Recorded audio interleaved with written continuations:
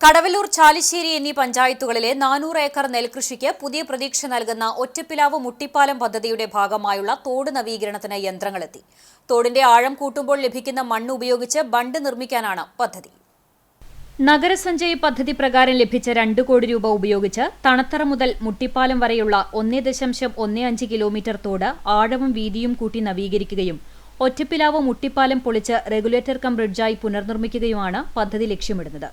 ജോലികൾ തുടങ്ങുന്നതിന്റെ മുന്നോടിയായി പഴയ പാലം പൊളിച്ചു നീക്കിയിരുന്നു. 3.5 മീറ്റർ വീതിയിൽ കാർഷിക ആവശ്യത്തിനുള്ള വാഹനങ്ങൾ സഞ്ചരിക്കാൻ ഉതകുന്ന രീതിയിലായിരിക്കും ബണ്ടിന്റെ നിർമ്മാണം. കഴിഞ്ഞ ദിവസങ്ങളിൽ പെയ്ത ശക്തമായ മഴ ബണ്ട് നിർമ്മാണത്തിന് തടസ്സമാകുമോ എന്ന ആശങ്കയിലാണ് കർഷകർ. മഴ പെയ്തതോടെ തോടുകളിൽ പല ഭാഗത്തും വെള്ളം നിറഞ്ഞിട്ടുണ്ട്.